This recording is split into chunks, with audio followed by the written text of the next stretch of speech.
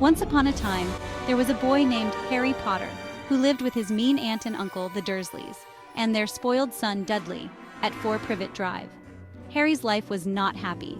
The Dursleys treated him terribly and made him sleep in a small cupboard under the stairs. They gave him Dudley's old, oversized clothes and never celebrated his birthday. Harry grew up feeling unwanted and unloved, but he had no idea that something magical was waiting for him. One day, Harry started receiving mysterious letters. The letters were addressed to him, but Uncle Vernon refused to let him read them. The letters kept coming, no matter how hard Uncle Vernon tried to stop them. Finally, on Harry's 11th birthday, a giant named Hagrid appeared.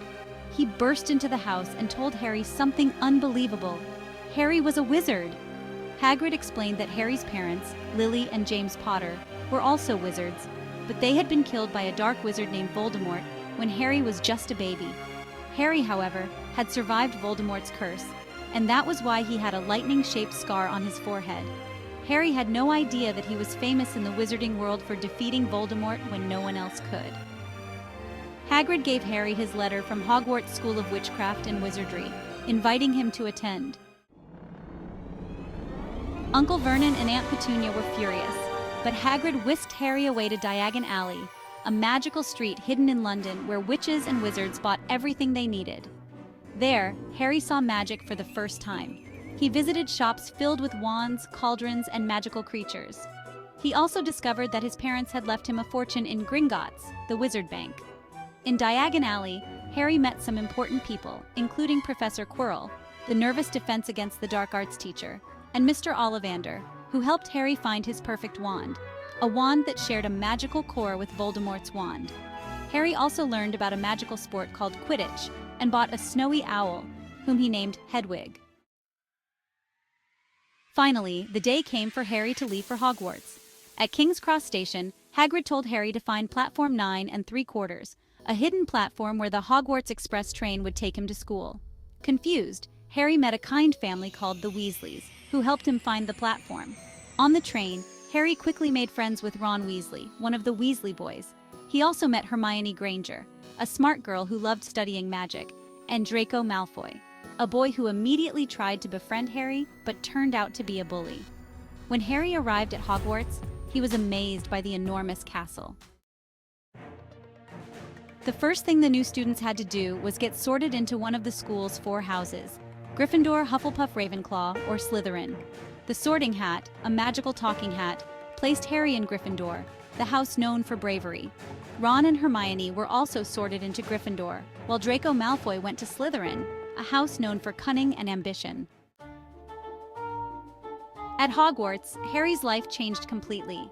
He learned how to cast spells, brew potions, and care for magical creatures. He had many teachers, including Professor McGonagall, the strict but fair head of Gryffindor, Professor Snape, the potions master, who seemed to dislike Harry for no reason, and the wise headmaster Dumbledore, who was known as the most powerful wizard alive. One of the most exciting things at Hogwarts was Quidditch, a fast-paced game played on broomsticks. Harry quickly became the youngest Seeker in over a century. As Seeker, his job was to catch the Golden Snitch, a tiny, fast-flying ball that would win the game for his team. Harry's flying skills made him a star, and Gryffindor House was proud of their new Seeker. Strange things began happening around the castle. Harry, Ron, and Hermione discovered that a secret magical object called the Philosopher's Stone was being hidden at Hogwarts. The Philosopher's Stone had the power to turn any metal into gold and make its owner immortal. Harry and his friends were sure that someone was trying to steal the stone, but they didn't know who. Their suspicions grew when they learned that a dangerous 3-headed dog named Fluffy was guarding a trapdoor that led to the stone. They also suspected Professor Snape, who seemed to be up to something. Snape had been acting suspiciously, especially after a Quidditch match when Harry's broomstick was mysteriously cursed. Determined to find out more, Harry, Ron, and Hermione investigated. They discovered that Fluffy could be put to sleep with music, and beyond the trapdoor were several magical challenges designed to protect the stone. Despite the dangers, the trio decided to go after the stone themselves. First, they got past Fluffy by playing a flute. Then they fell into a trap of Devil's Snare, a plant that tried to strangle them. Hermione used her knowledge of plants to help them escape. Next, they had to catch a flying key in a room full of enchanted keys. Harry, being an excellent seeker, caught the right key and opened the door. The next challenge was a life-sized game of wizard's chess. Ron, who was an expert at chess, took charge, and they played a dangerous game where the pieces came to life. Ron sacrificed himself to win the game, allowing Harry and Hermione to move forward.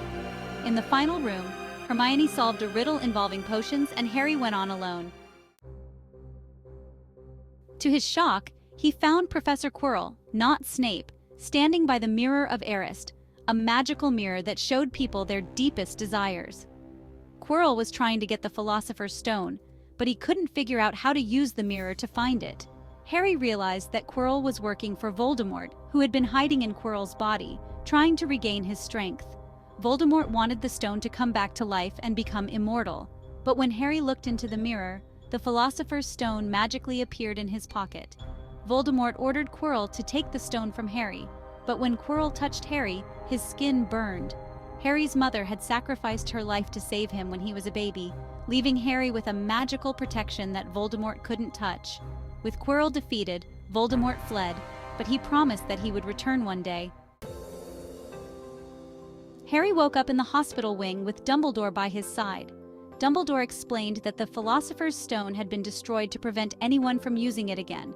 He also told Harry that Voldemort was not truly gone and that one day he might try to return. Despite the dangerous adventure, Harry, Ron, and Hermione were hailed as heroes.